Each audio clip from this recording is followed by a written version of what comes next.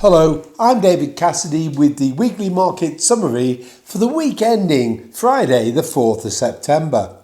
With the kids now back in school, it hasn't exactly been the summer we all expected at the beginning of the year.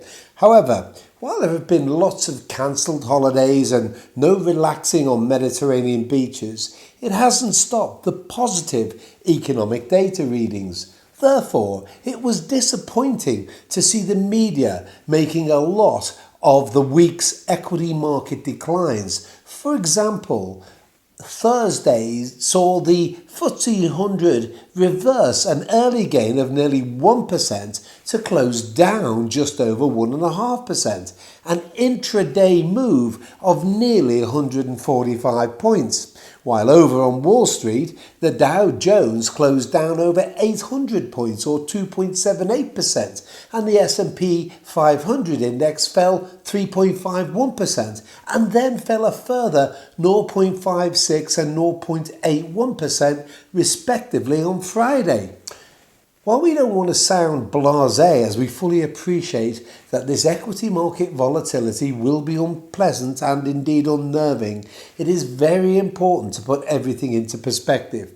For example, while a two-day fall of 4.3% or 154 points in the S&P 500 is big, it only took the index back to levels seen just 2 weeks ago. Furthermore, in June, when the S&P 500 and the global equity markets declined by this sort of magnitude, it proved to be just a temporary setback, as losses were recouped within a month.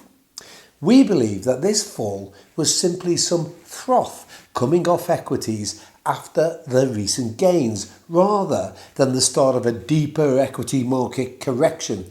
And as such, it is important to maintain a longer-term perspective and resist the urge for any knee-jerk reactions, as there will always be periods of market volatility. Yes, there are risks ahead, notably the upcoming US presidential election, the continuing political stalemate in Washington over a new US fiscal stimulus package to help those Americans that have been hit hard by the coronavirus outbreak, the winding down of the UK's support measures, and of course Brexit.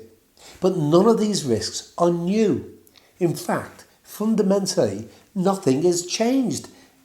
In recent days, central bank policies remain highly accommodative and economic data continues to improve, which clearly indicates to us that an economic recovery remains in place, be it V-shaped or, at worst, a Nike-style swoosh-shaped recovery. In other words, still a strong recovery, just slightly slower than a V-shaped recovery. For example, the Fed underscored its supportive longer-term monetary policy last week by changing its inflation target from 2% to one that averages 2%. This means that the Fed will allow inflation to run above 2% following periods below 2%. Consequently, this confirms to us that US interest rates will be low for the foreseeable future. The Fed's favoured inflation measure, core PCE reading, has averaged just 1.6% over the past 10 years. It is currently just 1.3%. So being very simplistic to illustrate the point, the Fed could allow US inflation to run at 2.4% for the next 10 years in order to average 2% over the whole 20-year period before considering raising interest rates. Obviously, getting US inflation up to 2.4% will be difficult, given all the stimulus over the past 10 years hasn't generated the inflation that was expected, and then getting it to stay there for 10 years will be nigh on impossible. And importantly, low interest rates for the foreseeable future provides a very positive backdrop for global equity markets. Furthermore, the global economy continues to show signs of improvement with plenty of encouraging data during the past week.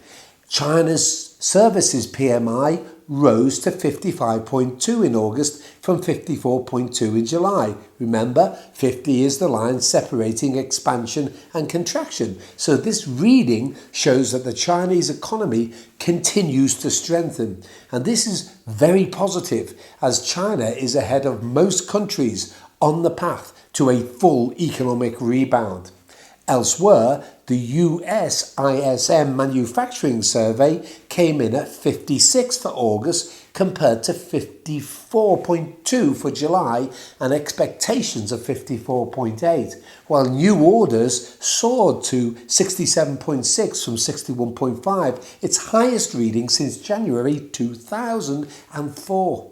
Additionally, today's US employment data showed 1.37 million jobs were added during August, while the average number of hours worked increased to 34.6 from 34.5, which together suggests to us that we will see a significant rebound in US GDP during quarter three. However, the real highlight for us was the US unemployment rate, which dropped to 8.4% from 10.2%. This coming week, looking ahead, while US equity markets are closed today for Labor Day, it won't be a quiet week.